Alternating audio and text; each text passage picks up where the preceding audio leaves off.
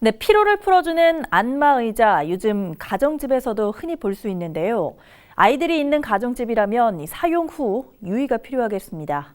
안마의자 리모컨이 작동을 하면서 3살 유아가 안마의자에 끼는 사고가 발생했는데 이 아이는 현재 뇌사 상태라 더 큰 충격을 주고 있습니다. 황정환 기자입니다.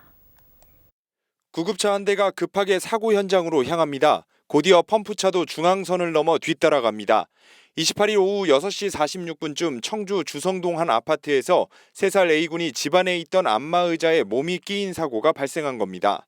키가 80cm 정도의 3살 A군은 보시는 것과 비슷한 안마의자 하단부에 몸 전체가 옆으로 끼어 사고가 난 것으로 알려졌습니다.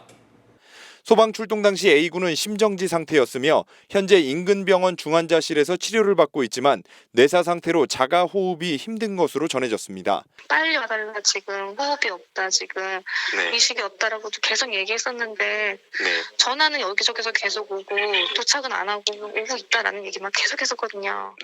경찰은 A군이 안마의자 리모컨을 잘못 조작해 사고가 발생했고 A군의 어머니는 다른 방에 있던 아이들을 돌보다가 사고 현장을 미처 발견하지 못한 것으로 보고 있습니다. 손쉬운 리모컨 조작이 가능한 안마의자가 영유아에게 치명적인 사고 수단이 된 겁니다.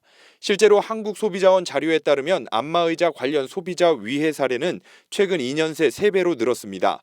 특히 10살 미만 어린이가 안마의자에서 다친 사례는 2017년 6건에서 지난해 16건, 그리고 올해 9월까지 19건이 발생하는 등 해마다 급증한 것으로 나타났습니다.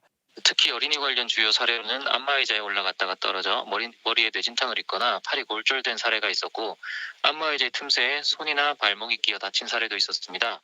이런 가운데 A군의 어머니는 사고 발생 신고 뒤 15분이 지나 119가 도착했고 그 사이 아이의 손을 대지 말라고 해 더 위중한 상태가 됐다며 소방당국의 대응을 문제 삼고 있어 경찰 수사 과정에서 논란이 예상됩니다. HCN 뉴스 황정환입니다.